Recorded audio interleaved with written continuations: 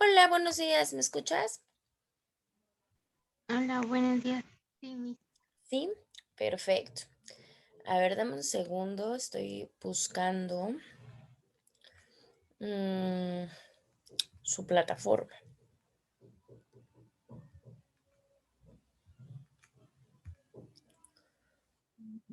Mm, mm.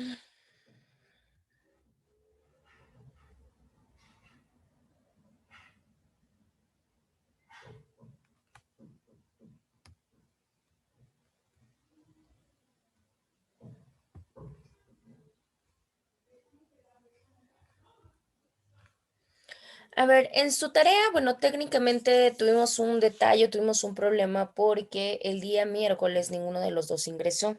Entonces, obviamente no tenía caso que se pudiera impartir la sesión, lo comenté con coordinación y bueno, pues esa fue la instrucción. Entonces, se les había quedado una tarea que precisamente radicaba en la parte de la suspensión de garantías. ¿Me gustaría comentar cómo les quedó su trabajo?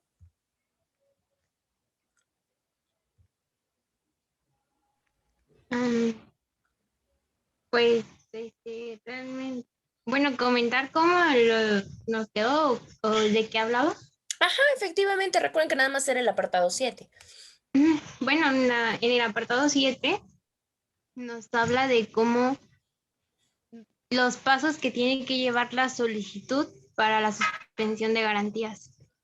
Este, ¿Cuáles de son hecho, los pasos? Adelante. menciona que, bueno, en los primeros 4 puntos que marca ahí, nos habla sobre de que tiene ámbito personal, el ámbito temporal y el ámbito espacial y es material. El personal nos dice que es de carácter impersonal, que se tiene que aplicar por parejo a todos los individuos. El temporal, que se tiene que establecer el tiempo por el cual van a estar suspendidas las garantías y que siempre se debe de establecer la fecha, aunque no hay un límite, pero sí se tiene que establecer porque nunca va a poder ser por tiempo indeterminado.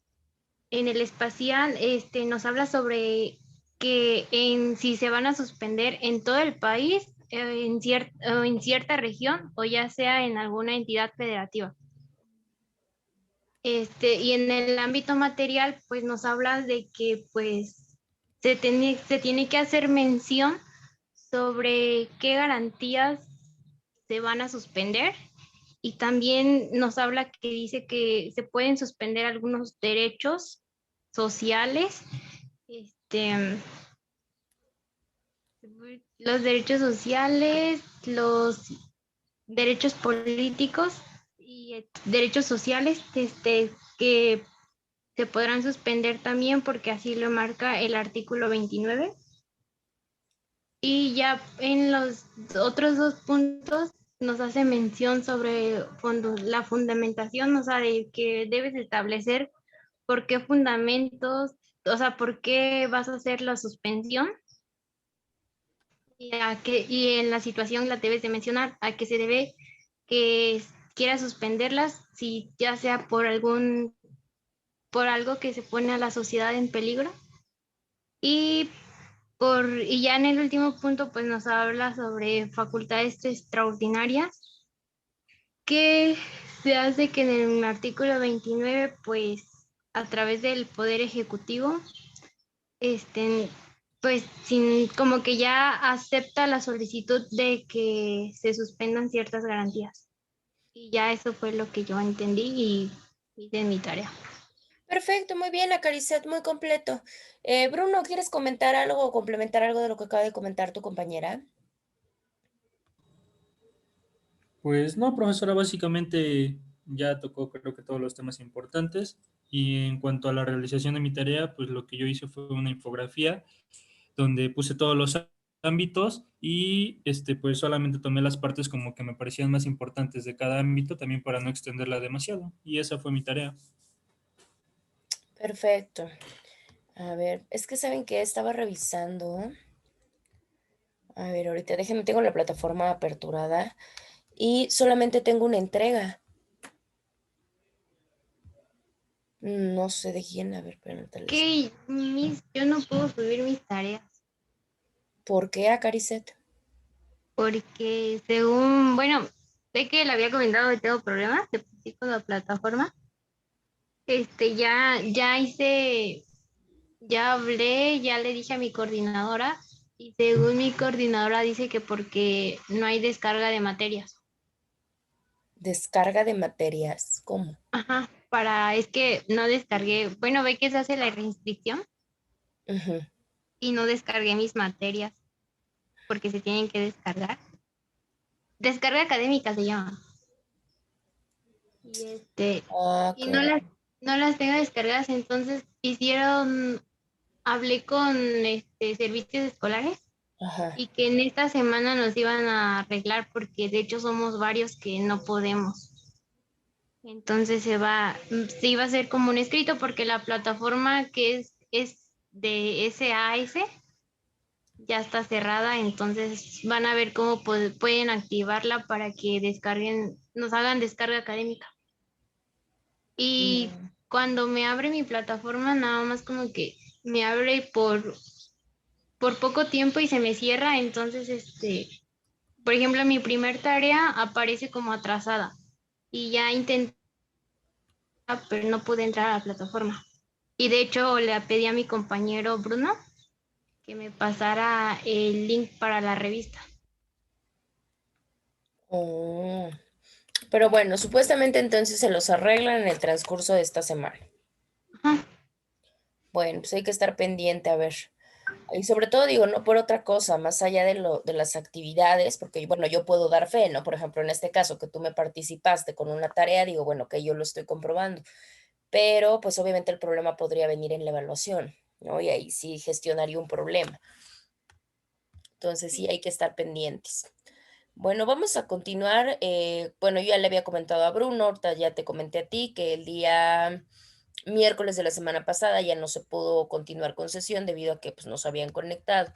Entonces, técnicamente vamos en el mismo tema. En verdad, un segundito. Ahí está.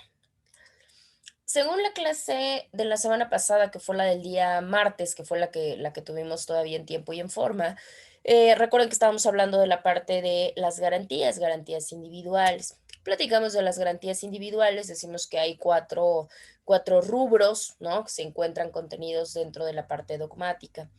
Garantías de igualdad, de libertad, de propiedad y de seguridad jurídica. Vimos solamente tres, que fue libertad, que fue propiedad, y creo que hasta ahí nos quedamos. Hasta donde yo recuerdo, solamente vimos igualdad, libertad y propiedad. Las que vamos a ver ahorita precisamente son las garantías de seguridad jurídica. Las garantías de seguridad jurídica tienen que ver con la parte de lo que se tiene que hacer o lo que se tiene que cumplir para que precisamente el poder público pueda generar sus actuaciones. Y que obviamente, pues, estas actuaciones sean válidas y, pues, que claramente no afecten a los ciudadanos. Las garantías de seguridad pública, bueno, también ahí podemos encontrar, varias cosas, ¿no? Encontramos también derechos, encontramos, ciertos principios que están a favor de los gobernados, que nos ayudan a que nuestros derechos estén protegidos. No solamente derechos personales, también derechos patrimoniales, etcétera. Y bueno, al final, estas garantías de seguridad jurídica lo que buscan de manera general es que las autoridades o que los actos de autoridad, si son o si llegan a ser excedidos, pues obviamente sean sancionados. Claro que lo ideal pues es evitar que este tipo de cosas sucedan. Se tiene que tratar de que la autoridad tenga que actuar apegada a lo que nos dice la norma. Y bueno, pues estas garantías de seguridad jurídica es básicamente a lo que se enfoca. Tenemos varias, tenemos obviamente varios artículos que son muy apegados a la parte de las garantías de seguridad jurídica. Por ejemplo, el primer artículo, que es el artículo 8, nos habla de este ejercicio del derecho de petición que también ya habíamos hablado en las garantías de libertad. Sí, decimos, tenemos la libertad de solicitar información. En este caso también es una garantía de seguridad jurídica. ¿Por qué? Pues porque obviamente tiene que ver con la parte de acceso a la información y con la parte de transparencia, que la autoridad no actúe debajo del agua y que tenga que tener esta rendición de cuentas hacia todos nosotros y que nosotros podamos estar completamente enterados de cuál es su función o de cuál es su actuar. Por otro lado, tenemos el artículo 14. Sabemos que el artículo 14 es uno de los, digamos que de los puntos primordiales o de los ejes rectores de garantías de seguridad jurídica en la parte de la Constitución. ¿Por qué? Porque precisamente en el 14 no solamente encontramos una garantía de seguridad jurídica, encontramos varias. La primera que encontramos es la garantía de irretroactividad de las leyes, ¿sí? ¿Qué quiere decir? Pues obviamente que hay una prohibición, se prohíbe aplicar el efecto retroactivo en perjuicio de persona alguna. Prohíbe que una nueva legislación pueda afectar a las personas en ciertas situaciones o en ciertos derechos que fueron concebidos o que fueron mandatados en la legislación anterior, ¿sí? Obviamente sabemos que nuestras leyes tienen que ir rigiendo a manera vigente, ¿sí? Ya en el caso de lo que obra en tiempo pasado, bueno, pues en ese caso ya será una parte retroactiva. Pregunto, ¿si entendemos cómo aplica en nuestro país la irretroactividad?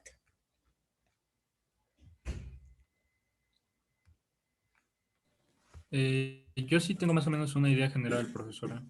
Sí, okey, a ver, denme un Más ejemplo, o menos lo que cualquiera de los tendría, 2. al menos yo lo que tenía entendido, y me parece que es en materia penal, es que, por ejemplo, digamos que una persona comete un delito en el 2015, ¿no?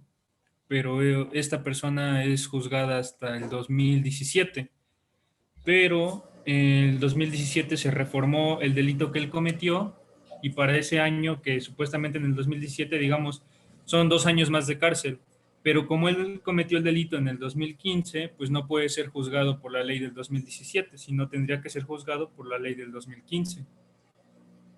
Más o menos esa es mi idea general. Okey. Acaricet, ¿tú qué idea o qué sabes de la irretroactividad de la ley? Mm, Pues casi no sé mucho de ese aspecto, pero igual es como, yo entiendo lo mismo que mi compañero, que se juzga, o sea, por la ley, lo que establecía la ley, pero si fue en tal año, si en ese tal año la ley todavía no se reformaba, entonces se aplica la sanción conforme a esa ley y no conforme a la ley nueva. Okey. A ver, ¿por qué les hago la pregunta? Porque son conceptos hay conceptos que son de cajón, ¿no? Por decirlo de alguna manera. No porque sean menos o más importantes, pero hay conceptos que los vamos a estar, digamos que abordando, los vamos a estar trabajando tanto en la práctica como en otras materias, y por tanto es muy importante que los podamos conocer.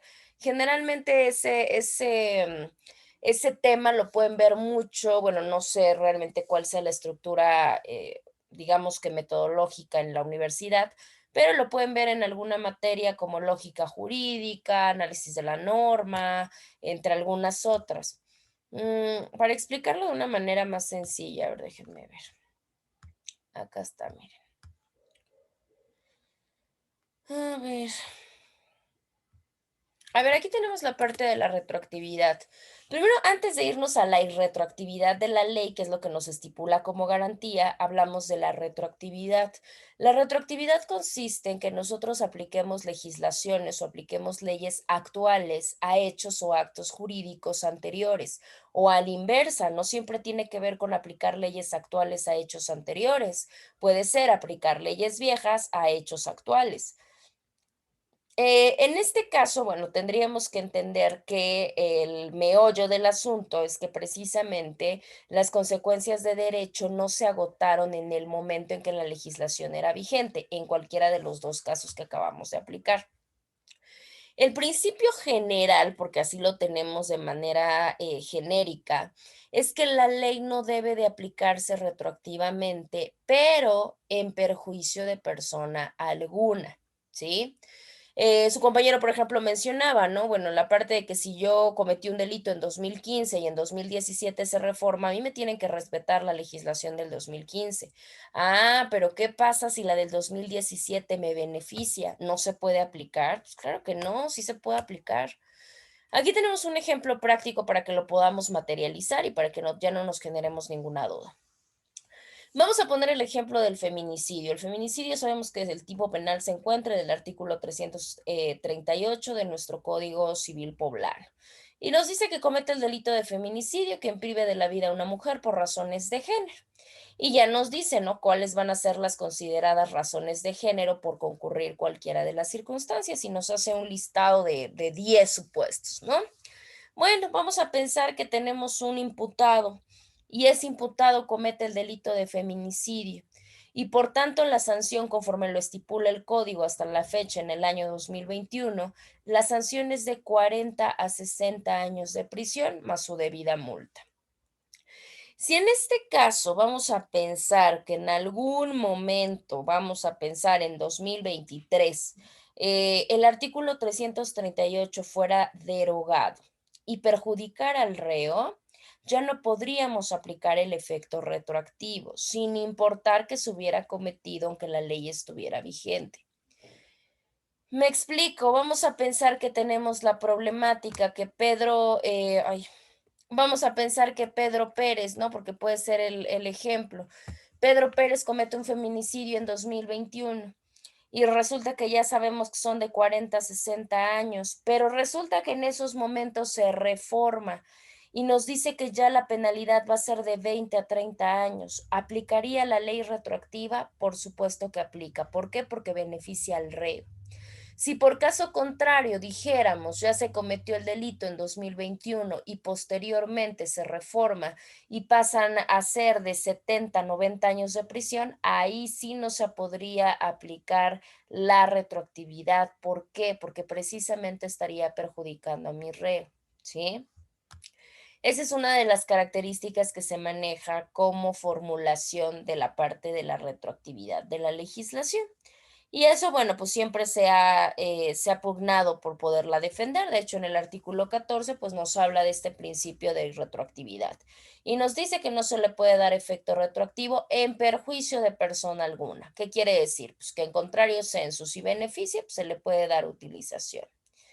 Posteriormente tenemos también la parte de otra garantía, que sería la garantía de audiencia, ¿sí? En el caso de la garantía de audiencia va muy relacionado con la parte de los actos privativos, ¿sí?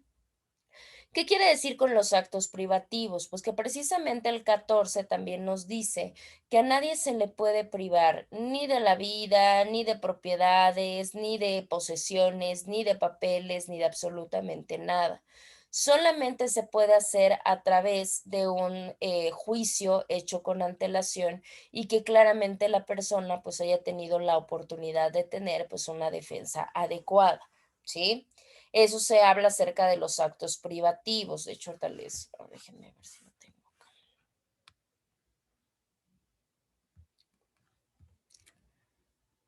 Mm.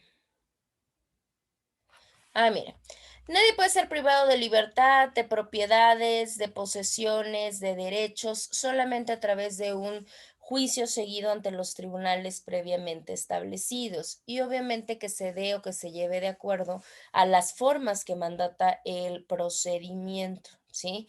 De otra manera no se puede llevar a cabo porque si no entonces estaríamos violentando precisamente una garantía de individual, ¿no? Una garantía en este caso de seguridad jurídica. Posteriormente tenemos la garantía de la legalidad tanto en materia civil como en materia penal.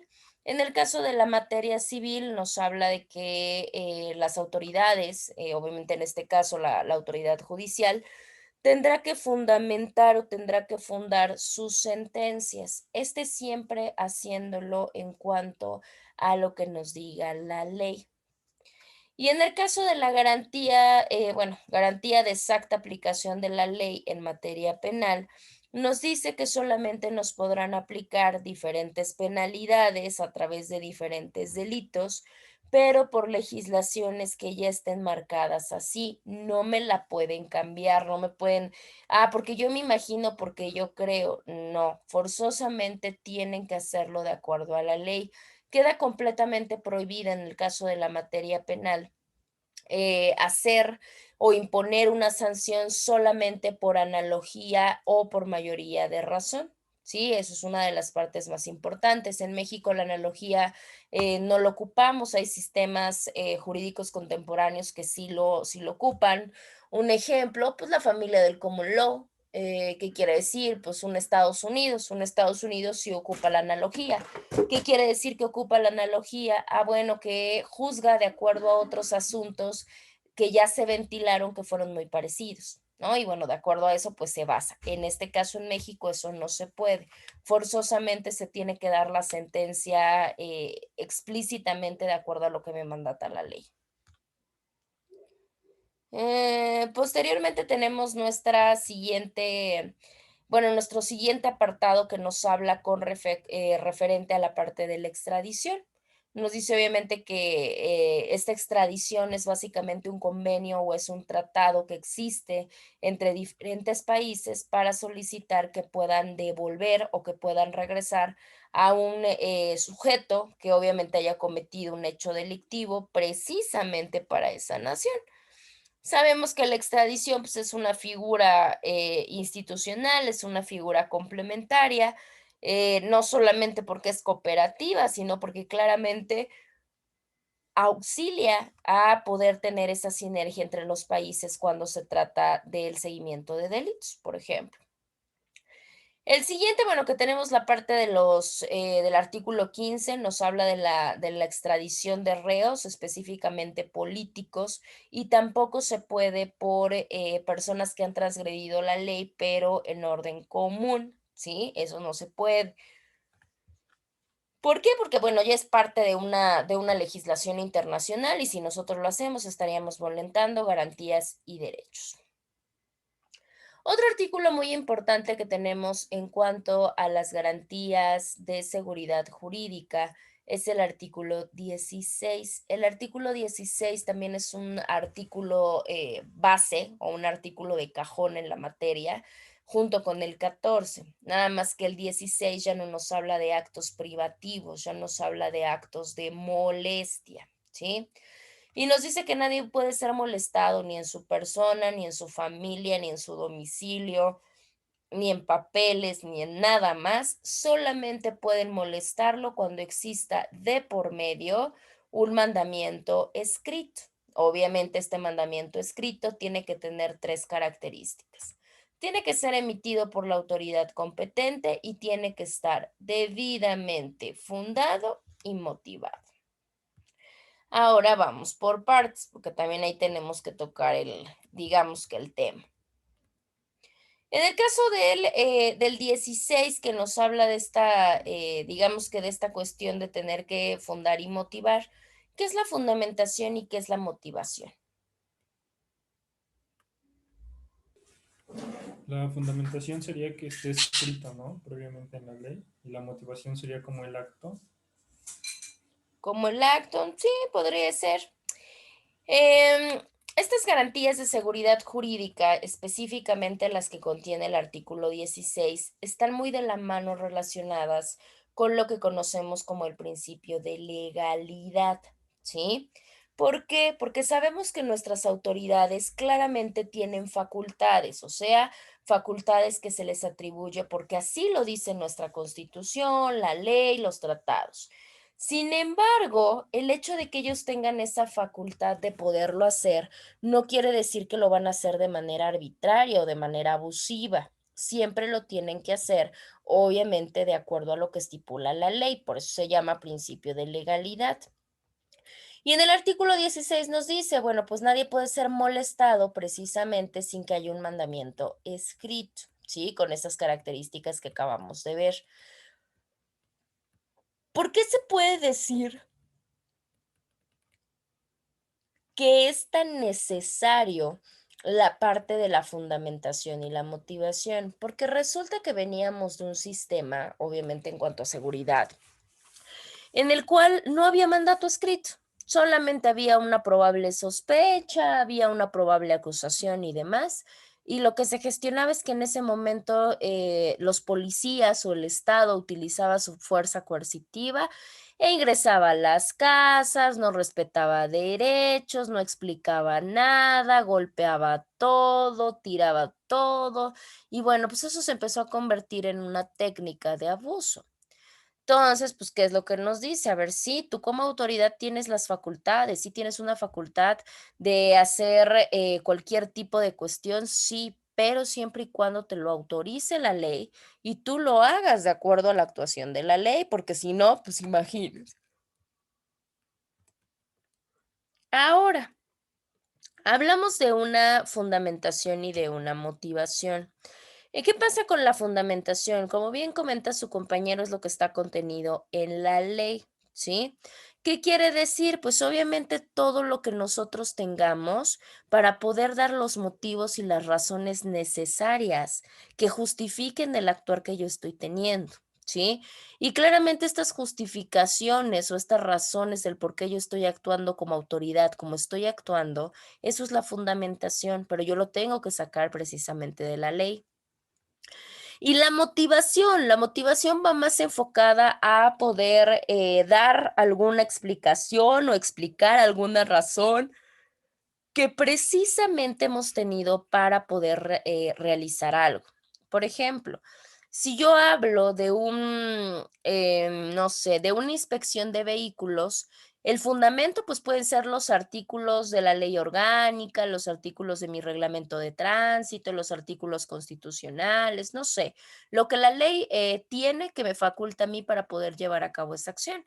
Y en la motivación, pues, son todas las razones del por qué yo estoy generando ese actuar. Probablemente porque es una inspección de rutina, porque acabo de pasarme un alto, porque vaya, estas motivaciones la misma autoridad las tendrá que dar. Y mientras esas 2 no existan, pues la realidad es que no se puede llevar a cabo un acto de molestia.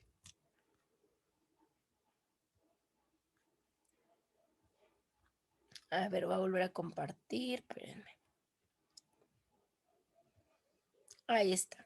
Bueno, entonces al final de cuentas con esto, pues, ¿qué nos garantiza? Que siempre que pueda haber, que pueda llegar alguna autoridad a exigirme información, que pueda llegar una autoridad a alguna cuestión a querer afectar a mi domicilio, a mis papeles, a mí mismo, tiene que mostrarme forzosamente un documento, un mandamiento escrito que me lo dé, no la propia autoridad, probablemente sea un superior jerárquico, y que nos diga qué es lo que necesita, qué es lo que va a hacer, cuál va a ser su forma de actuar.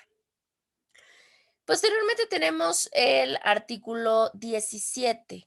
El artículo 17 también presenta ciertas, vamos a decirlo que ciertas variantes, ¿sí? Porque no solamente contiene una, una sola garantía, sino que también va incluyendo otro tipo de cosas. En el caso del 17, sobre todo, podemos concentrar nosotros 3 diferentes. Entre estas 3 garantías encontramos la parte de la autotutela, y nos dice que en el país está prohibida. ¿Qué quiere decir? Que nadie puede hacerse justicia por sí mismo, nadie. Sin importar las circunstancias, sin importar el problema, no importa. La Constitución no lo autoriza y por tanto nosotros no podemos realizarlo, no podemos generar o tomarme la justicia por propia mano. Posteriormente tenemos que los tribunales van a expedir la justicia en ciertos términos de ley, eso también es muy importante.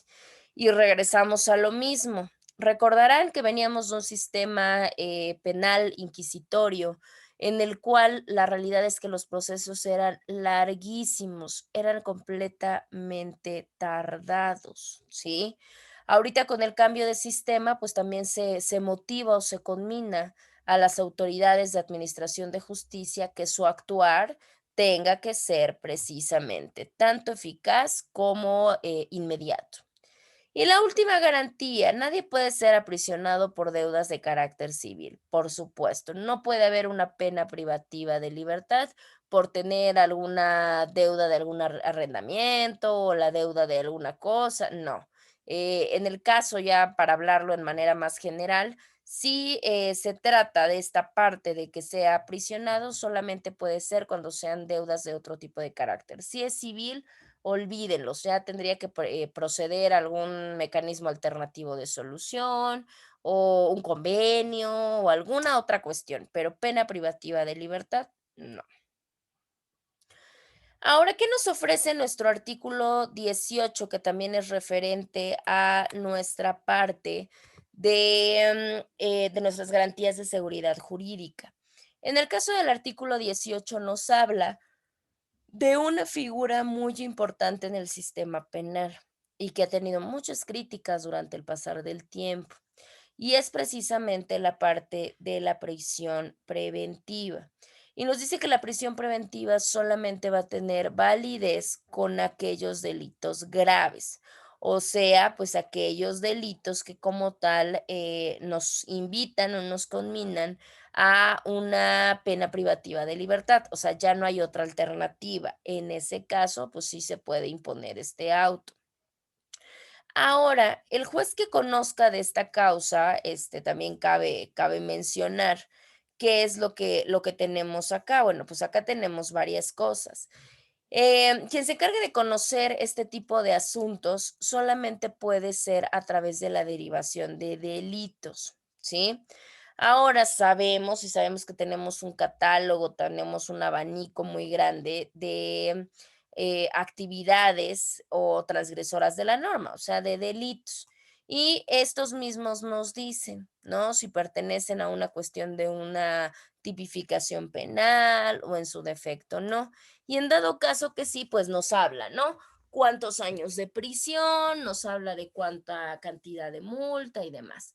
Bueno, pues ya cuando se trate de visualizar o de dar la opinión acerca de si se trata de una situación de carácter corpóreo, o sea, que hay una pena privativa de libertad, ahí mismo me lo tendrán que decir. Si no, no hay manera.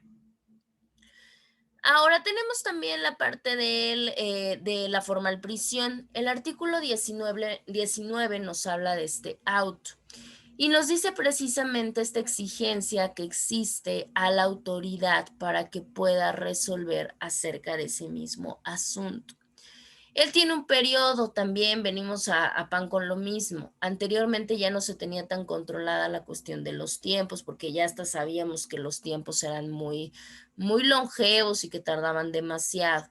Sin en cambio, hoy por hoy, para resolver este tipo de situación, solamente la ley autoriza 72 horas, ¿sí? O sea, el juez tiene que resolver la situación de la persona en máximo 72 horas. Desde el primer momento en el que se le ponga a disposición hasta el momento que tenga que resolver, ¿sí? Él ya tendrá que decidir acerca de los dos panoramas o le da una absoluta libertad y se puede retirar o en su defecto. Ya si aplica que hay otro tipo de investigación o ya si hay otro tipo de cosa, bueno, ahí sí ya para que veas. Ahora, tenemos las siguientes que son las garantías de seguridad del procedimiento penal. Acá las podemos encontrar y ahí les voy a decir por qué. Si ustedes tienen su constitución a la mano, se pueden dar cuenta que tenemos, digamos que separado, ¿sí? Porque en el artículo 20 vamos a encontrar garantías no solamente de los inculpados, también vamos a encontrar lo relativo a los derechos de las víctimas y lo relativo también pues a la parte de los ofendidos por un delito, ¿sí? Pero bueno, en el caso del apartado B, en el apartado B sí nos dice que cuando exista precisamente un procedimiento penal, pues tiene el inculpado varias garantías. Pregunto, digo, más allá como futuros profesionistas de esta área, como personas normales, ¿qué garantías o de qué garantías gozan los inculpados de un delito? ¿Qué es a lo que tienen derecho, vamos a decirlo así? A un abogado. Un abogado, muy importante, claro. ¿A qué más?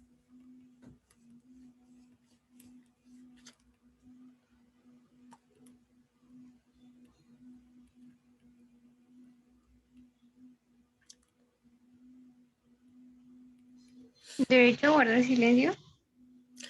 también, claro, lo que tiene que ver con la parte de su declaración es muy importante y les voy a decir por qué, porque a veces cuando estamos del otro lado, o sea, que tenemos la parte de una defensa de un imputado, pues imagínense cómo como abogado voy a hacerle valer sus derechos y ni siquiera sé cuáles son, ¿verdad? En el caso del imputado, precisamente lo pueden constatar en el artículo 20, apartado B, ahí pueden constatar el listado. El listado, ahora sí que medido de esa manera, mínimo encontramos unos 9 derechos primordiales a los cuales puede acceder, en este caso, el imputado. Uno de los más importantes, por obvias razones, es la parte de la presunción de inocencia. Volvemos a lo mismo, ustedes ya lo van a ir viendo poco a poquito cuando vayan avanzando en sus penales. Anteriormente, ¿qué era lo que se tenía? Pues anteriormente eras culpable hasta que demostraras tu inocencia. Y tú como imputado tenías que demostrarlo, ¿no? En la actualidad no, en la actualidad con esta mecánica o con esta dinámica de cambio, pues ya se dice que es al revés. Tú eres inocente hasta que precisamente exista una sentencia emitida por un juez que te diga que eres culpable. Y acá, más allá de que tú demuestres tu inocencia, pues quien te acusa tendrá la obligación de tener que probar. Y bueno, pues la presunción de inocencia es una de las partes más importantes que tienen como garantías los imputados. Y podríamos nosotros pensar, ¿no? Como por qué. Pues es muy importante porque igual anteriormente surgía una noticia o surgía un rumor o surgía una detención y a las personas se les estigmatizaba desde un principio. Y cuando se hacía, obviamente cuando se agotaba el procedimiento, las etapas que tenían que ser y se daban cuenta que la persona era inocente, pues imagínense, sí, pero eso no quitaba que la persona ya hubiera purgado tal vez hasta años de condena, que ya tuviera una problemática familiar, que hubiera perdido su trabajo, es más, hasta la cuestión social, ¿no? Porque no faltaba quien se enteraba y bueno, pues ya era el violador, el homicida, el secuestrador, etcétera, ¿no? Entonces esto gestionaba muchas problemáticas. Y por ello, bueno, pues se hizo este cambio institucional para decir, no, a ver, aquí va a pasar lo contrario. Aquí vamos a hablar de una presunción de inocencia mientras no se te pueda acreditar tu responsabilidad. Otro que era el que comentaba su compañera Acaricet, que es este derecho a poder declarar o en su defecto, ¿no? A poder guardar silencio. Sabemos que una persona detenida, claramente le tienen que decir el por qué está detenida y en ese momento también se le hace saber. Si es su derecho a guardar silencio, no hay ningún problema. Y eso no quiere decir como lo aplicaban antes, ¿no? Ah, pues el que calla otorga. No, no, no, no, no. Aunque la persona decida guardar silencio y no declarar, eso no puede ser utilizado en contra suya, ¿sí? Ahora, este también va muy de la mano a que ninguna persona, que ningún imputado puede quedar incomunicado o se le puede intimidar, que era también otra de las buenas técnicas que utilizaban en el país, ¿no? La parte de la incomunicación, los iban a pasear, porque esa era la mecánica, iban a pasear a los detenidos por unos que otros lados y bueno, los ponían a disposición hasta quién sabe cuánto. Claramente los intimidaban, por supuesto que había mucha tortura.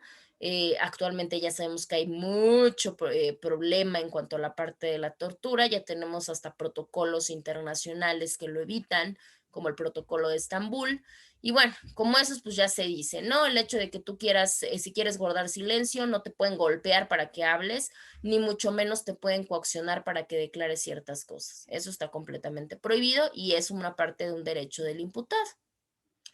Ahora, si por alguna razón la persona dice, sí, sí quiero rendir declaración, recuerden que tiene que estar presente precisamente su defensor. Y acordémonos, si llega a darse una confesión, pero esa confesión se da sin que exista un defensor de por medio, aguas, porque entonces esa confesión no vale. Así de fácil, ¿no? Por eso ahorita pues ya hasta las autoridades la piensan, ¿no? Antes buscaban que los abogados pues no estuvieran presentes, pues por lo mismo, ¿no? Para que pudieran coaccionar a la persona y que cuando regresara pues con la pena ya había declarado. En este caso no, pues en este caso ya se busca porque si no pues no serviría de nada obtener una confesión sin presencia del abogado. Siguiente, pues también tiene derecho, ¿verdad? En este caso que se le informen todos los pasos y se le informe toda la situación en la que claramente involucró su detención, todos los hechos, sus derechos, etcétera. También tiene derecho a que se le reciban a sus testigos, tiene derecho a que se le reciba a cualquier persona que lo pueda auxiliar para que precisamente su asunto pues pueda salir. También tiene derecho a que su audiencia sea pública, ¿no? Antes eran como más, se allegaban más a la parte de la secrecía, como que eran más resguardadas, como que vaya, tenían una dinámica interesante. Ahorita ya no, solamente cuando sean asuntos muy delicados o cuando sean asuntos, digamos que con un poquito de complejidad, cuando hay menores de edad o cuando son delitos sexuales o cuestiones de esas, sí se pueden dar a puerta cerrada, pero si no, no hay ningún problema. ¿Qué otra cosa? Acuérdense que tienen también un derecho a ser juzgados en un delimitado tiempo. Lo mismo, antes teníamos personas en prisión que tenían 6, 7 años y ni siquiera tenían sentencia, o sea, ni siquiera los habían sentenciado. Ahorita, también de acuerdo a varias reformas, precisamente la persona ya tiene que estar juzgada en un periodo de 4 meses. 4 meses siempre y cuando el delito no exceda los 2 años de prisión. Si tenemos un delito que excede estos 2 años de prisión, bueno, no, entonces ahí ya la sentencia se puede alcanzar en un año, ¿sí? También tienen derecho, que ahí es donde entran todos ustedes, pues tiene derecho a una defensa completamente adecuada y en audiencia, si el juez se percata que el abogado no sabe o que el abogado anda bien perdido, tiene todo el derecho de solicitarle a la parte que pueda buscar o que pueda seleccionar otra defensa. Eso por mencionarles algunos. A ver, les quité el material de la pantalla y ni me había dado cuenta, vaya, pero.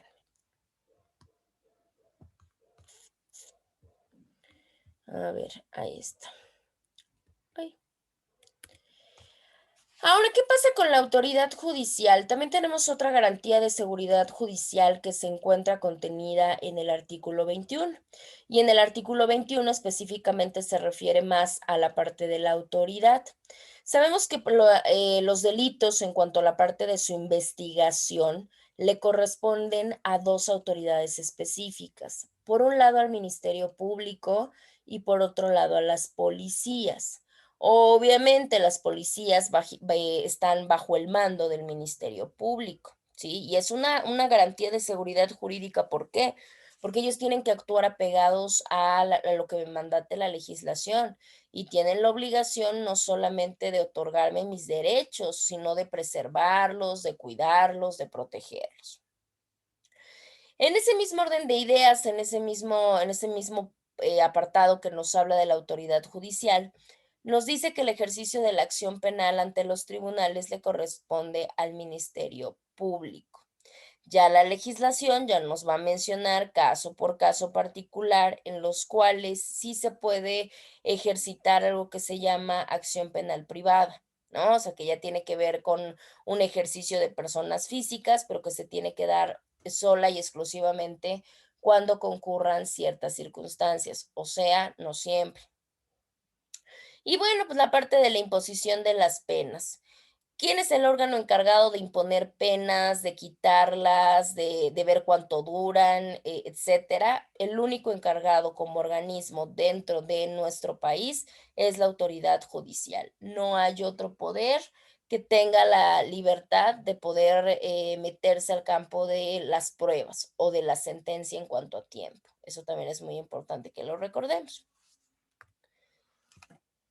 No solamente tenemos autoridad judicial, porque recordemos que no todos los conflictos o no todas las controversias tienen que ver con la parte penal. Algunos tienen que ver con la parte administrativa, pues precisamente nuestra autoridad de carácter administrativo es la que se va a encargar de la aplicación de sanciones, ¿no? Pero esto solamente cuando la transgresión o la infracción recaiga sobre cuestiones de reglamentos, etcétera. Y en estos casos claramente no hablamos de prisión preventiva ni hablamos de pena privativa de libertad. Acá nada más cuando se transgrede la norma administrativa, lo que sí se va a gestionar, tal vez no una pena privativa de libertad, pero sí una multa o en su defecto, pues un arresto normal de 36 horas o que se mandate hacer un trabajo a favor de la comunidad, etcétera. O en su defecto, pues sabemos que si no se paga la multa, pues ahí nos quedamos esa temporalidad, vamos a decirlo así. Y, en este caso, bueno, pues ya tenemos digamos que un tiempo de duración solamente de 36 horas. No podemos extralimitarnos, ni mucho menos, porque si no, ya no solamente sería una detención, sino ahí ya estaríamos hablando de una retención. Y esa retención, pues, puede generarnos algún problema, ¿sale? Tenemos la parte de seguridad, que es seguridad pública. La seguridad pública está a cargo completamente, no solamente a nivel federal, está a cargo de la federación, está a cargo de los estados, está a cargo de los municipios. Y la seguridad pública no solamente tiene que ver con policías, o sea, no solamente tiene que ver con arrestos, no. La seguridad pública, por lo menos en la actualidad, ya también tiene que ver con la parte de la prevención de los delitos, cómo se investigan, de perseguirlos, etcétera, así como también de poder visualizar algunas infracciones de carácter administrativo, ¿sí? Esto, bueno, pues ya dependerá del tipo de materia que se trate. Tienen que seguir ciertos principios, eso es un hecho. Sin que se sigan estos principios, la seguridad pública claramente no puede funcionar de una manera adecuada. Tienen que atender al principio de legalidad, tienen que atender al principio de objetividad, de eficiencia, profesionalismo, honradez y respeto a derechos humanos. En el caso del 22, bueno, pues es una restrictiva, porque esa restrictiva, digo, es más que presumible. Están prohibidas en nuestro país claramente la pena de muerte, la mutilación, la infamia, la marca, los azotes, etcétera, o hasta la parte de multas excesivas o confiscar bienes o cualquier otra que no vaya acorde con la falta cometida, ¿sí? Que no sean trascendentes. Claramente las penas tienen que ser aplicadas de manera proporcional, ¿sí? Proporcional, pues al delito que se está cometiendo, a la sanción que ya se me va a estipular y al bien jurídico afectado. Y podremos decir, bueno, pero ¿por qué depende de eso? Porque no es lo mismo, em, ¿cómo decirlo? Una parte de una sanción por haberle ocasionado algún empujón, ¿no? Vamos a hablar de lesiones, a yo haber privado de la vida a alguien. Claramente ahí tenemos dos bienes jurídicos tutelados completamente diferentes. No porque uno no importe, pero si lo vemos en orden de relevancia, digo, pues híjole, importa más la vida, ¿no? Que tal vez una cuestión material o que algún otro tipo de situación. Pues es precisamente lo que pondera este artículo, que tiene que ser muy de la mano en cuanto a la parte no coordinada, pero sí en cuanto a la parte de que vayan prácticamente igual. Esto digo, depende, ¿no? Ahora, las penas que ponía o que impone el artículo 22, pues hay muchas de ellas que ya ni se utilizan, por lo menos en las capitales, pero sin en cambio, bueno, pues es para dejar asentamiento una parte en la cual podemos darnos cuenta que a veces trasciende y a veces no. Em, las instancias, bueno, acá paramos. ¿Tienen hasta acá alguna duda o tienen alguna pregunta? No, ¿No? no. Perfecto. Que pensé que había aperturado micrófono. Bueno, en el caso del artículo 23, el artículo 23 también es un artículo que concentra o que tiene dentro de su contenido garantías enfocadas a la seguridad jurídica. El artículo 23, si ustedes le pueden dar lectura, nos habla de las instancias del proceso penal, ¿sí? En este caso se habla solamente de tres instancias. Ningún juicio del orden penal debe de tener más de tres. Y una de las máximas de derecho, ¿verdad? Mexicano, pues nadie puede ser juzgado dos veces por el mismo delito. sin importar, ya sea que el juicio en su defecto lo absuelva o lo condene, sí, pero 2 veces por el mismo delito no se puede. Con esto nosotros estaríamos terminando la parte de este tipo de garantías, ¿no? Que eran las que veníamos comentando.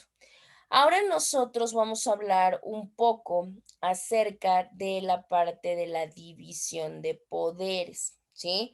Obviamente vamos a ver el surgimiento y demás, tanto del poder ejecutivo, del poder legislativo y del poder judicial, ¿sí? Vamos a empezar con el primero, nada más déjenme encontrar el material.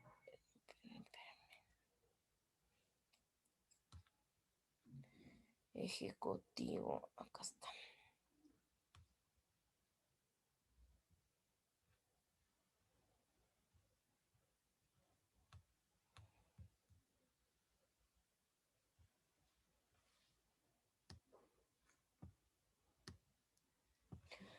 Ok, tenemos acá una presentación que precisamente nos habla un poquito acerca de la composición de los poderes, específicamente con el que vamos a arrancar, es con el poder ejecutivo, ¿sí? El poder ejecutivo, muchas de las partes lo vemos solamente como una figura o digamos que como una investidura que solamente atiende a cuestiones meramente políticas, pero la realidad es que no es así. Hay otro tipo de funcionalidades que puede cumplir precisamente nuestro poder ejecutivo. Claramente, pues, encontramos una función política. En el caso de la función política, pues es como nuestro ejecutivo se encarga de darle dirección a la sociedad, ¿sí?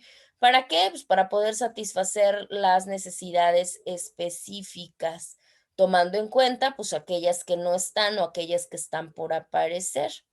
Entre sus actividades dentro de la función política, pues ya sabemos que el Ejecutivo, pues puede nombrar a los ciertos ministros del Estado, puede aprobar o no tratados internacionales, puede gestionar que se hagan intercambios comerciales, vaya, él puede hacerlo, pero sin embargo sabemos que los tres poderes están realizados específicamente para eso, para que puedan hacer un contrapeso, que todos se vayan equilibrando de una manera adecuada, porque si no hay una técnica de contrapeso, pues volveríamos a caer a todo esto que ustedes visualizaron en su constitucional uno, ¿no? A la parte de las monarquías, a la parte de la cuestión centralista y bueno, tendríamos que llegar a involucionar nuevamente. Entonces, en este caso, pues sí, sí pueden hacer, aceptar tratados internacionales, claro que pueden, pero recuerden que también necesitan la anuencia o necesitan la aprobación del Congreso. Entonces, digamos que él toma la decisión, pero tiene que consultarla precisamente para no darle todo el poder y que no se pueda generar algún tipo de abuso. Por otro lado, tenemos la función administrativa. ¿Qué hace el Poder Ejecutivo en la parte administrativa? Bueno, pues al final de cuentas vemos que ahí administra o ahí se encarga de gestionar qué es lo que hace cada sujeto en base a lo que necesita el Estado, ¿no? Se pone a ver qué es lo que pueden hacer sus gobernadores, qué es lo que hacen las empresas, qué es lo que hacen el Poder Judicial. Vaya, pues él tiene también que ir gestionando esa participación. Y tenemos también una función de carácter reglamentarista. Esta función, bueno, esta función ya solamente se da de manera más especial o de manera más específica porque la aplica cuando nosotros vemos que emite alguna resolución o emite algún decreto, ¿sí? ¿Qué quiere decir? Pues que en ese momento el Ejecutivo ya tiene una nueva potestad, una nueva facultad a través de la cual puede tomar cierto tipo de decisiones. El claro ejemplo de su función reglamentarista del Poder Ejecutivo lo podemos tener con las figuras del decreto ley o el decreto delegado. Probablemente más adelante lo vean. En el caso del decreto ley, pues es donde el Ejecutivo toma unas características de las actividades que hace el legislativo, o sea, que el Ejecutivo puede legislar. pero no crean que siempre ni crean que todas las materias. A veces obedece a cuestiones de emergencia nacional, a través de las cuales el Congreso le dice, ok, a ver, decide tú y nosotros te apoyamos. Básicamente esa es la parte y él se ostenta como ser una parte de un poder legislativo, aunque no es así, es una función reglamentarista de su propio ejercicio de funciones. Ay. En el caso de nuestro país, porque obviamente es lo que nos importa, vamos a platicarlo a nivel federal, o sea, al Poder Ejecutivo Federal. Sabemos que el titular o quien va a ejercer ese cargo es precisamente el presidente de la República. Así lo conocemos todos. Ya si nos ponemos un poquito más aprensivos, si queremos decirlo tal cual, porque así aparece, sería el presidente constitucional de los Estados Unidos mexicanos. Eso lo podemos encontrar en el artículo 80 y de ahí para abajo nos comienza a hablar de todas las funciones y de todas las facultades y de toda la situación que obviamente se va transcurriendo. Sabemos que tanto el poder como la soberanía son del pueblo, o sea, residen en el pueblo.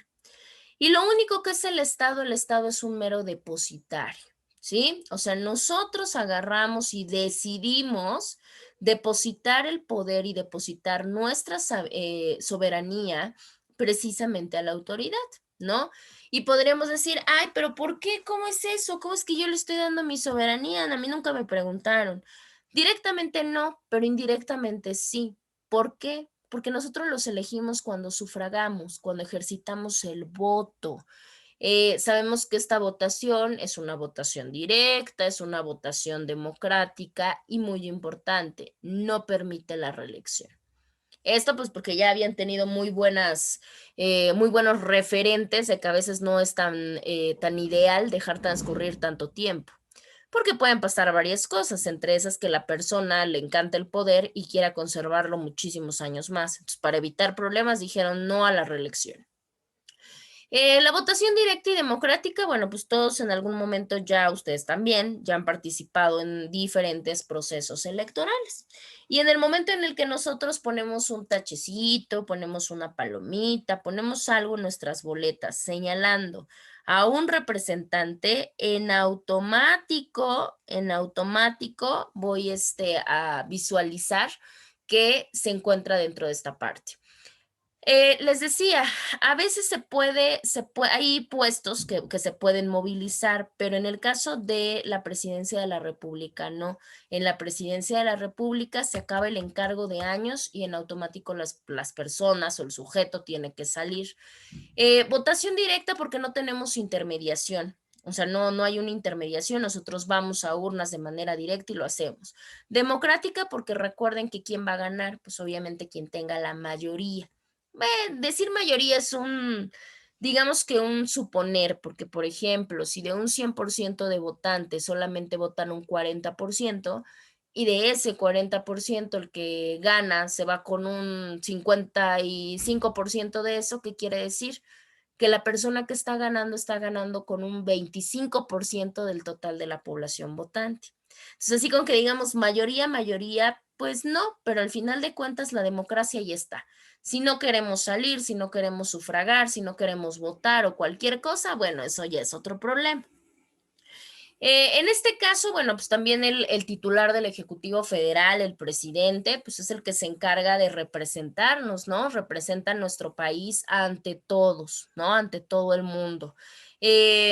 Facultad, bueno, sí puede tener la facultad, un ejemplo, ¿no? Delicado, puede tener la facultad de declarar una guerra, puede tener la facultad de celebrar tratados internacionales, pero siempre y cuando pues, respete a todas las demás naciones, para que no se genere ninguna controversia o ninguna problemática. Ahí está.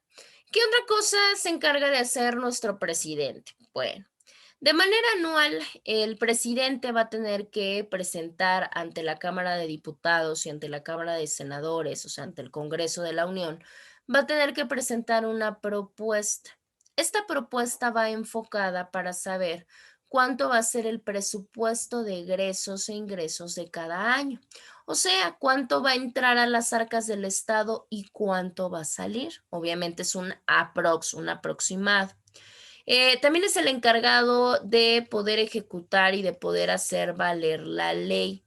Es más, si ustedes se acuerdan, voy a checar a ver si lo vemos en legislativo, las leyes se forman a través de un proceso legislativo. Y decían, bueno, pues es que aquí el encargado de legislar, pues es el Congreso, entonces el Congreso, pues es el órgano encargado de generar legislaciones. Sí, pero también tiene participación del Ejecutivo, porque recuerden que el Ejecutivo tiene la ventaja o tiene la facultad de que aunque aprueben Cámara de Diputados y Senadores, él puede decidir sancionar la ley o vetarla. Sancionarla tiene que ver con la parte de aprobarla, que diga, le dé el visto bueno para que me entiendan.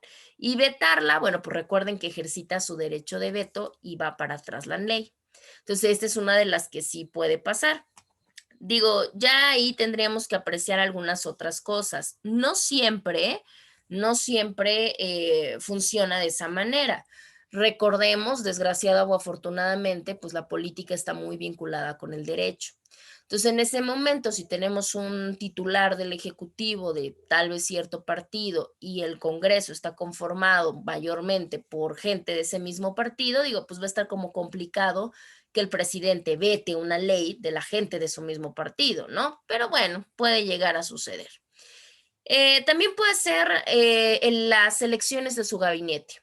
Aquí en este caso el presidente tiene toda la facultad, el titular del Ejecutivo, de poder ya no ver quién, o sea, ya los puede nombrar a todos los que van a ser sus miembros de gabinete, claramente, ¿no? Pues solamente el Senado hace una revisión y bueno, posteriormente hace una aprobación y también pues tiene que darles a cada uno de ellos pues cuál va a ser la Secretaría de Estado que precisamente van a atender dentro de todo lo que es la administración pública federal.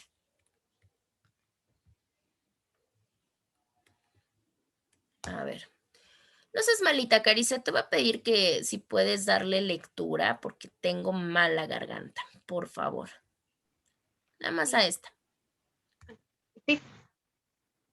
La organización de estas dependencias y las atribuciones que cada una tiene están fijadas por la Ley Orgánica de la Administración Pública Federal. Establece la estructura primaria de la administración pública, así como las funciones encomendadas a cada dependencia u organismo. Su complemento lo es el reglamento interior, ya sea de la administración pública o el de algunas dependencias o entidades que cuentan con él, donde se establecen funciones para la estructura secundaria. Ok, tenemos entonces de la parte de la organización de las dependencias. Sabemos que si queremos saber un poquito acerca precisamente de cómo están organizadas, bueno, pues en la Ley Orgánica de la Administración Pública Federal, ahí podemos ver como cuántas dependencias, cuáles son y cuáles son las facultades que tienen para poderlo hacer. Claramente, pues la administración pública es enorme, sobre todo la parte de la federal, pero pues obviamente tiene una estructura base, o sea, una estructura primaria. Y estas estructuras primarias pues son las dependencias, las secretarías, y de a partir de ahí, bueno, ya se van estructurando diferentes reglamentaciones. Cabe mencionar que la ley orgánica no solamente es la pura ley, también tiene otros complementos, como lo puede ser el reglamento de la misma legislación, o a veces hasta las propias dependencias de manera interna van gestionando sus propios marcos regulatorios que precisamente los ayudan a poder llevar a cabo sus funcionalidades y poder obviamente tener una estructura pues un poquito más funcional. Ahora, algo muy importante dentro de la parte ejecutiva o dentro del Ejecutivo Federal, como lo hemos venido comentando, es la parte de la administración pública. La administración pública como tal es todo el conjunto, todo este conglomerado de organizaciones de carácter público que se encargan de realizar la función administrativa y de gestión del Estado y de otros entes públicos, ¿sí? Si nosotros nos vamos al artículo 90, ahí nos habla específicamente de la administración pública. Y ahí encontramos y nos vamos a dar cuenta que tenemos de dos tipos, que tenemos una centralizada y tenemos una paraestatal. En el caso de la centralizada es donde encontramos al presidente o la presidencia de la República junto con las secretarías de Estado, el consejo, la consejería jurídica de ahí mismo y obviamente la Procuraduría General, bueno, Fiscalía General. Y en el caso de la paraestatal es donde encontramos a los descentralizados, las empresas de participación estatal, los fideicomisos y también las instituciones nacionales de crédito.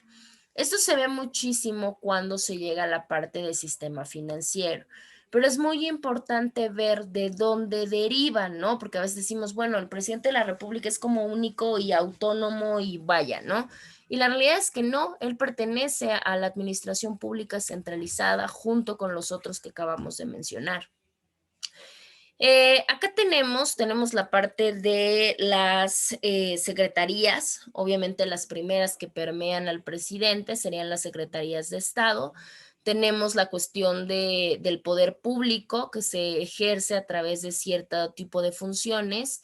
Esto se hace con un conjunto de órganos que tienen que ir actuando. Este conjunto de órganos, pues claramente van a tener que gozar de un nivel jerárquico y bueno, se van manifestando en actos de autoridad de carácter administrativo. Estos actos son particulares y estos actos son individualizados. Tenemos muchísimas, miren, la realidad es que tenemos muchísimas. Primero, antes que empecemos digamos que avanzar, vamos a tener bueno, no, dos tareas no, porque si no, no les va a dar tiempo. A ver, primera tarea antes de que se me olvide, porque yo creo que van a salir un poquito más temprano. La primera tarea es una tarea muy sencilla, van a buscar en su constitución los requisitos para ser presidente de la República. Obviamente requisitos constitucionales, ¿sí? Y mañana que tenemos clase, platicamos un poquito. ¿Mande? No, nada. Ay, Bueno, nada. ok. Los requisitos entonces de esa parte, los requisitos de presidente de la República, los encuentran obviamente en su constitución y mañana cerramos con esa parte y cerramos obviamente con algunas de sus facultades para entrar a la parte de secretarías de Estado. Y ya, como mañana vamos, bueno, yo creo que sí nos da tiempo, acabamos secretarías, vamos a dejar una actividad. La actividad no crean que sería para mañana mismo, esa ya quedaría para lunes, pero de una vez, no, que para martes, perdón. Pero de una vez se las comento, vayan pensando, yo les voy a proyectar, digo, varias, pero bueno, ya ustedes deciden. De las secretarías de Estado van a elegir una, la que a ustedes se les haga mejor, más interesante, no sé, como ustedes quieran y van a investigar acerca de ella, cuál es su funcionalidad, de qué se encarga, qué hace, para qué sirve, etcétera. ¿Sí? Y eso lo platicaríamos el día lunes. Yo les aperturaría, ahorita que acabemos, yo creo que les aperturo el espacio, nada más déjenme ver dónde. Pues ya estaríamos efectivamente en nuestra tercera semana, en la semana de división de poderes. Ahí les aperturo los dos espacios, obviamente con diferentes fechas para que no haya problema. ¿Hasta que tienen alguna duda o alguna pregunta de la tarea? Yo. Entonces sería que, o sea, subir, por ejemplo, para mañana es lo de los requisitos. Ajá. Y ya la otra se encontraría en la misma semana, pero ya hasta para el martes. Exactamente. Sí, porque Ok, abordaríamos todavía el tema de división de poderes. Entonces sí, todavía se encontraría ahí. gracias, Miss. Sí, sin problema. Así le haríamos, pero de todos modos yo les aviso.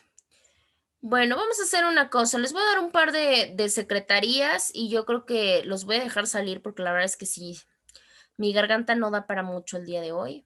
Entonces, nada más déjenme encontrarlo porque ahora ya lo perdí. Aquí. Sí, les decía, vayan pensando, hay muchas secretarías, ¿no? Obviamente, pues ya depende de su interés. De todos modos, mañana les explico bien qué es lo que van a hacer con respecto a la secretaría. A ver. La primera que tenemos es precisamente la Secretaría de Gobernación, que todos la conocemos como la SEGOP. En este caso, la Secretaría de Gobernación, bueno, sabemos que se encarga de vigilar que todo aquello que mandata la Constitución, pues se lleve a cabo, o sea, se le dé cumplimiento. Al igual, la Secretaría de Gobernación está muy inmiscuida en trabajar con los asuntos políticos, pero de carácter interior. Y es como un intermediario entre cómo se relaciona el ejecutivo con los otros poderes, o sea, con el legislativo, o sea, con el judicial. Aparte es como un enlace con los gobiernos de los estados, con las autoridades de los municipios, etcétera. Y de hecho, verdaderamente se encarga también de tener que coordinar todas las, vamos a decir que las acciones necesarias, porque también es parte de las acciones necesarias para que precisamente se pueda llevar a cabo pues un desarrollo. Las acciones pueden ser tanto de protección civil como también pueden ser acerca de seguridad nacional, tampoco es exclusivamente administrativo, ¿verdad? La siguiente que tenemos es la Secretaría de Relaciones Exteriores. La Secretaría de Relaciones Exteriores, bueno, pues la hemos escuchado, es de donde se encargan precisamente de prestar servicios como la parte del ingreso a otros países. O sea, es el que se encarga de entregarnos nuestros pasaportes cuando los solicitamos o en su defecto a los extranjeros que vienen al país, poderles entregar o requisitar sus cartas de naturalización. Él es el que operativamente se puede, administra todo lo del registro y también se encarga no solamente de una cuestión meramente administrativa, también ingresa a ciertas áreas como la parte comercial y como la parte económica y turística. ¿Por qué? Porque la Secretaría de Relaciones Exteriores también tiene vertientes o también tiene ramas que precisamente se encargan de promover el comercio, promueven también el turismo en el país y demás, y buscan, ¿no? Buscan que las secretarías que están cerca de la parte económica y turística, pues también puedan lograr esta sinergia. Y la última que vamos a ver nosotros, porque les digo que son varios, tenemos la parte de la Secretaría de la Defensa Nacional. En el caso de la Secretaría de la Defensa Nacional, lo mejor conocida para nosotros como Sedena, la Sedena trabaja mucho de la mano precisamente con otra, que en este caso sería la Secretaría de Marina. Esta secretaría se encarga básicamente de la defensa del país y de todo lo que tiene que ver con la formación o con la educación militar. O sea, que ellos se encargan de organizar, de capacitar, claramente administran todo lo que es nuestro ejército y también nuestra Fuerza Aérea Mexicanos, porque recordemos que no solamente tenemos una defensa en territorio terrestre, también tenemos una defensa en territorio aéreo. La Sedena, bueno, pues va desplegando a sus miembros a toda la totalidad de nuestro país y, bueno, básicamente buscan que nuestro país siga conservando pues, su soberanía, su independencia, su integridad. Claramente, pues con una capacidad, porque esto tiene que ver con una capacidad de que si en algún momento llegara a existir algún tipo de amenaza a nuestro Estado-nación, bueno, pues ellos tendrían que controlarlo. Cuando decimos amenazas, no crean que forzosamente estamos hablando de guerras, invasiones, de algún otro país, no. Pueden ser amenazas externas, pero también pueden ser amenazas del mismo país, ¿no? Obviamente que estas amenazas pues, pongan en riesgo precisamente el mantenimiento de la paz nacional. Entonces, en este caso, pues ellos pueden, sí, vamos a poner un ejemplo muy claro porque lo hemos vivido en otros países de Latinoamérica, ¿no? En el caso de Colombia, por ejemplo, que es el caso más nuevo, vamos a pensar que se diera un golpe de Estado en nuestro país.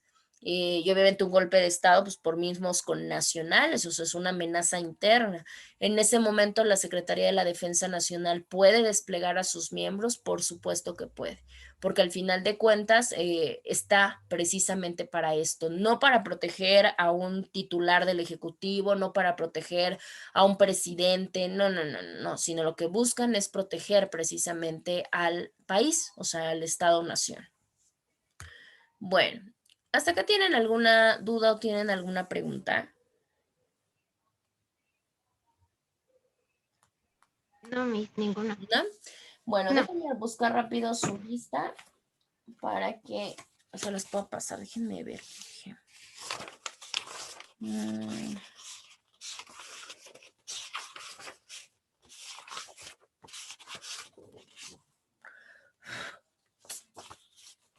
Oh, caray, no tengo lista de ustedes.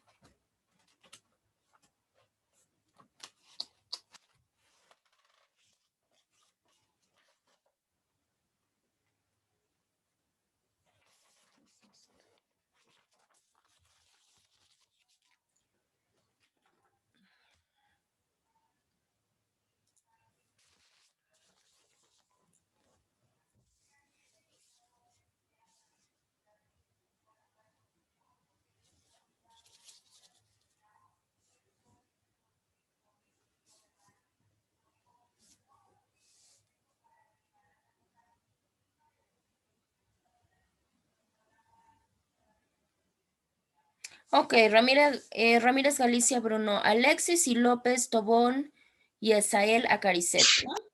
Perfecto. Bueno, muchachos, nada, les puedo pedir rapidísimo que me activen su cámara para evidencia y nada más.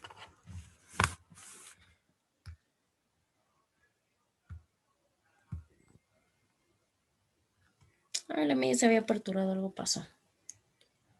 A ver. Se las pongo rápido. Me peiné. Listo. Ahora sí, muchachos, muchísimas gracias. Pues ahora sí que discúlpenme, pero ya no me da la garganta. Entonces, mañanita nos escuchamos y ahorita les abro nada más el espacio. Pueden hacerlo como quieran. Si nada más quieren copiar y pegarlo, no hay ningún problema. Acá lo importante, pues es obviamente que les den lectura y mañana podamos platicar los requisitos. Ok, Miss. Perfecto, pues cuídense mucho y nos estamos escuchando mañana. Gracias, Gracias, igualmente, buen día. Todos cuídense.